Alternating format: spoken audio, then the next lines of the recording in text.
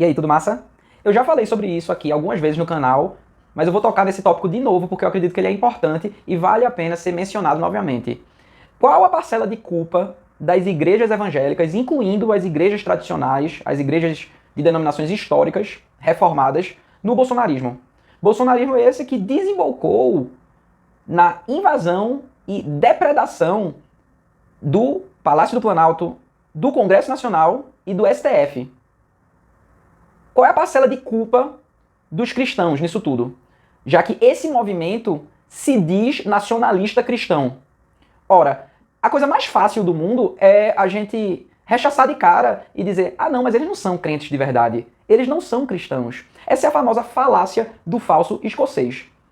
Toda vez que você confrontar, por exemplo, um marxista-leninista sobre a derrocada e fracasso retumbante da União Soviética, ele vai dizer o quê? Ah, mas eles não eram marxistas, de fato. Sempre vai ser assim. Não é muito diferente com qualquer religião. O marxismo é uma religião secular, né, segundo Raymond Aron. E com religiões de verdade, isso acontece também.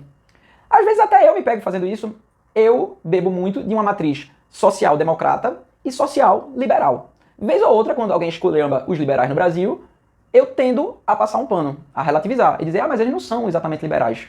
Ué, quem disse? O que é liberalismo? Realmente, se você comparar com o liberalismo clássico, com grandes autores, não são liberais. Mas, ué, tem alguma coisa acontecendo, porque eles se dizem. Eles se autodenominam liberais.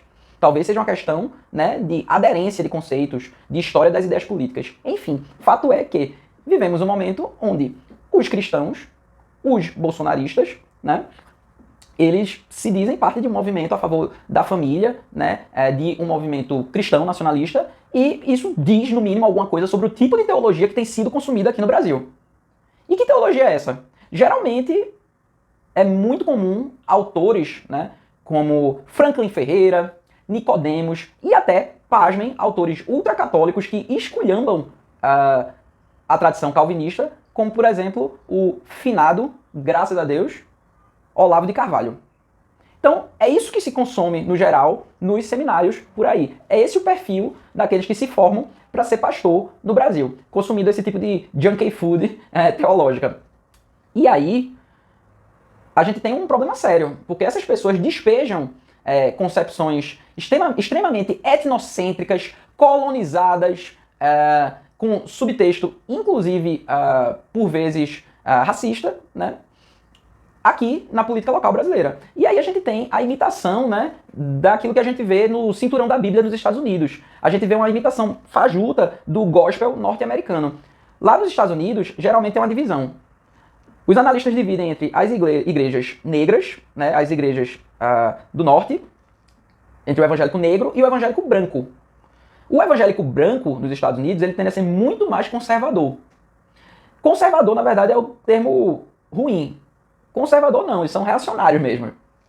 Enquanto os evangélicos negros são mais afeitos ao trabalho social, né, e a um tipo de teologia mais aberta.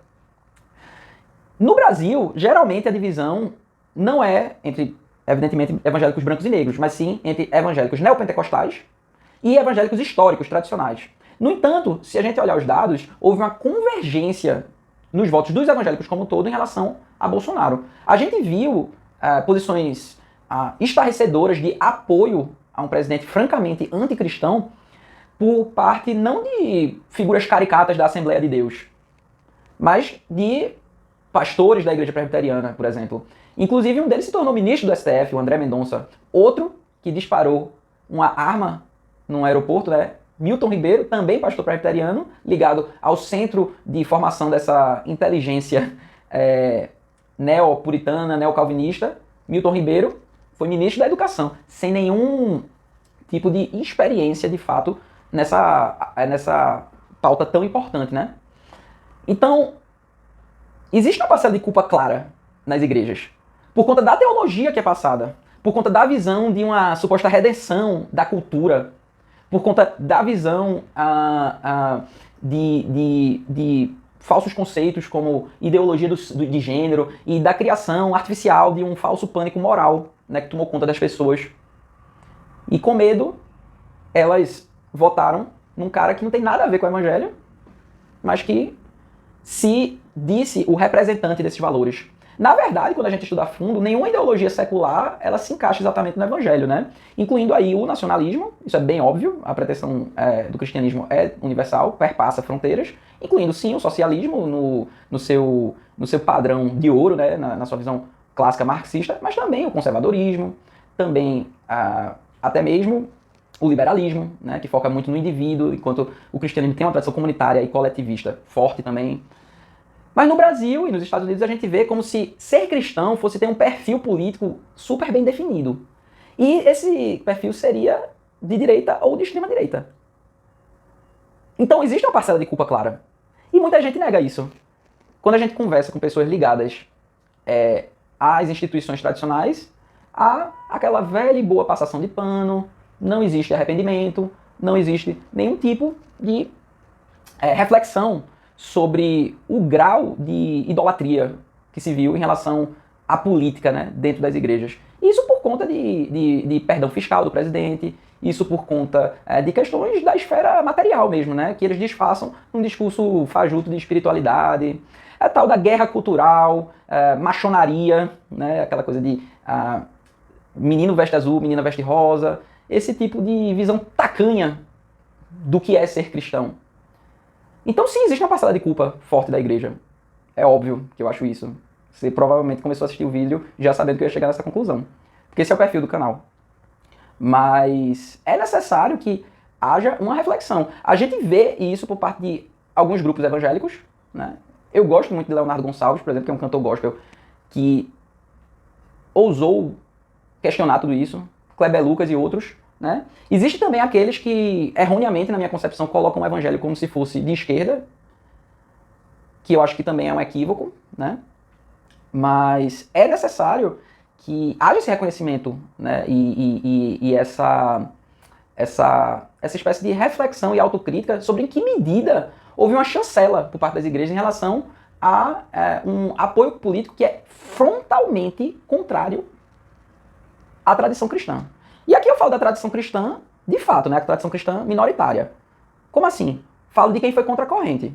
Falo de Martin Luther King, falo do bispo ganhador, né, do Nobel da Paz, Desmond Tutu, na África do Sul. Falo de Rosa Parks. Falo de todo mundo que ousou denunciar a conivência da igreja com certas coisas. Na Alemanha nazista, a igreja evangélica apoiou o nazismo. Mas algumas vozes se levantaram contra, como a gente vê no filme mais recente do Terrence Malick. Então, nessa tradição cristã, apanhar e ser convidado a fazer parte da cruz faz parte. Agora, existe outra tradição cristã que associa o cristianismo ao armamentismo e troca o amai-vos uns aos outros pelo armai-vos uns aos outros. Essa é uma tradição que confunde cultura hegemônica, que confunde status quo com evangelho. E aí, esse pessoal se perde. É por isso que houve uma fuga de cérebros gigantesca das igrejas evangélicas no Brasil. Quem junta Lé com Cré e tem 2 neurônios, sai. Ou aqueles que são realmente vocacionados para a vida cristã e para, enfim, ser sal, né, ser luz, usando o léxico, o vocabulário gospel. Aqueles que são vocacionados, né, para de fato ser voz isolada, ficaram nas igrejas e foram, esculhambados. Num processo que vem, até diante de Bolsonaro. Então é necessário se refletir sobre o que é consumido nesses seminários que a gente vê por aí, né? Seminários em sua maioria confessionais e que tem uma literatura muito chinfrim. E com isso eu encerro aqui o vídeo. Se você não é evangélico, talvez você tenha voado em relação a algumas coisas, mas eu falo aqui na posição de quem viveu mais de 20 anos dentro dessa instituição que eu considero falida hoje em dia, que é a Igreja Presbiteriana do Brasil, a IPB, e que, enfim, fez parte de todo esse processo que desembocou esses dias na invasão ali dos 3 poderes e em atos de vandalismo, depredação e balbúrdia que deixariam muita gente chocada. Então é isso. Você curtiu? Massa? Dá um thumbs up. Se não curtiu, dá o joinha pra baixo. Fala aí nos comentários o que é que você não gostou. Beleza? A gente se vê.